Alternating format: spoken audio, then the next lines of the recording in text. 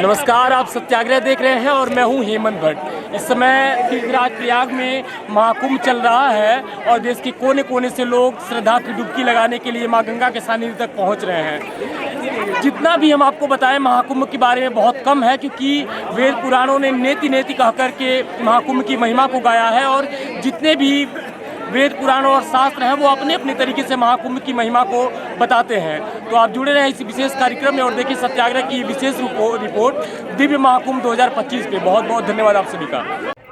नमस्कार।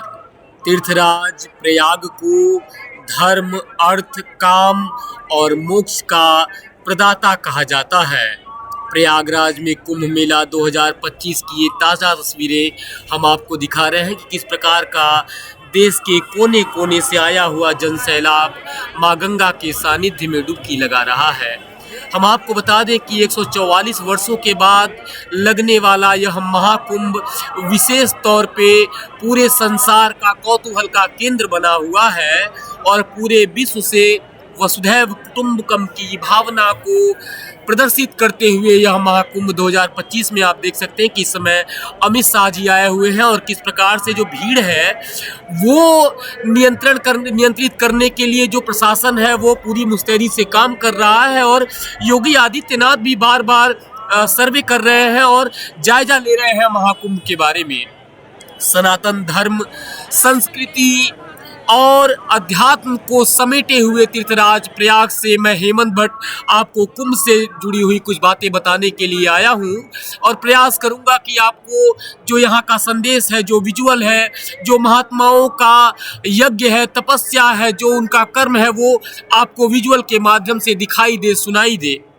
एक पहचान बन रहा है प्रयागराज आज 2025 में और महाकुंभ में अब तक अगर अनुमान लगाया जाए तो करीब 30 से 35 करोड़ के आसपास जो लोग हैं वो स्नान कर चुके हैं।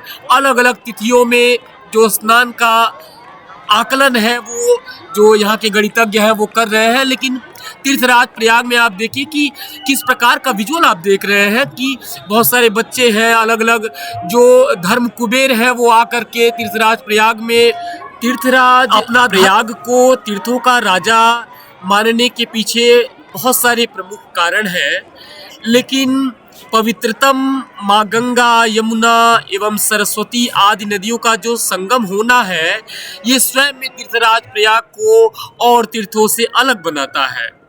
हम आपको बता दें कि भगवान ब्रह्मा द्वारा सृष्टि का प्रथम यज्ञ भी तीर्थराज प्रयाग में ही किया गया था। इस प्राकृष्ट यज्ञ के कारण ही त्रिवेणी संगम का यह क्षेत्र प्रयाग के नाम से जाना जाता है और तीर्थराज प्रयाग की महिमाओं का जो वर्णन है वो रामचरितमानस के माध्यम से भी आपको दिखाई देगा। जब स्वयं भगवान श्री रामचंद्र जी वन के लिए निकले तो वो तीर्थराज प्रयाग में आए महर्षि भरद्वाज जी के आश्रम में। उन्होंने भी तीर्थराज प्रयाग की भूरी भूरी प्रशंसा की। कहते हैं कि तीर्थराज प्रयाग का वर्णन वेदों और पुराणों ने नेति नेति कह के किया है।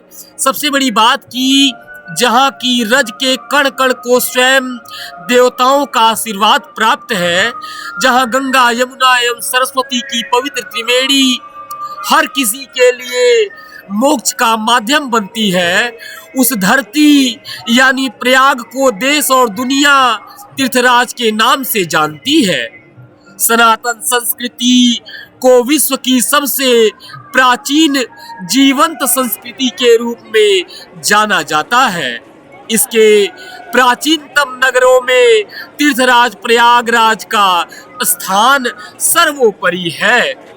हम आपको बता दें कि सप्तपुरियों को इनकी रानी माना गया है। प्रयागराज को तीर्थराज मानने का प्रमुख कारण यहाँ माँ गंगा की धारा और स्वयं यमुना और सरस्वती के मिलने से संगम का होना भी माना जाता है। आप स्वयं देखिए कि किस प्रकार का दृश्य आपको यहाँ महाकुंभ 2025 से दिखाई दे रहा है, जिसमें साधु, सन्यासी, नागा साधु और अलग अलग प्रकार का सनातन संस्कृति का स्वरूप दिखाई दे रहा होगा। हम आपको एक बात और बता दें कि तीर्थराज प्रयाग में जो चिंतन होता है, जो धर्म की बातें होती हैं, और सबसे बड़ी बात कि जहां सन्यासी, महात्मा और गृहस्थ 1 महीने तक एक साथ में रह करके माँ गंगा के सानिध्य में डुबकी लगाते हैं और लोक कल्याण की भावना से यज्ञ इत्यादि करते हैं। प्रयागराज का महत्व 2025 में जिस प्रकार से महाकुंभ का विजुअल पूरा विश्व देख रहा है, वह भी एक अलौकिक उदाहरण के रूप में प्रस्तुत हुआ है। तीर्थराज प्रयाग का महाकुंभ 26 फरवरी शिवरात्रि के दिन तक चलेगा। हम आपको प्रयास कर रहे हैं कि तीर्थराज प्रयाग में आए हुए लोगों से कुछ बातें करें और आपको बताएं कि तीर्थराज प्रयाग का वर्णन लोगों के महत्व के हिसाब से, उनके मंतव्य के हिसाब से क्या क्या है। आप बने रहे हमारे साथ इस विशेष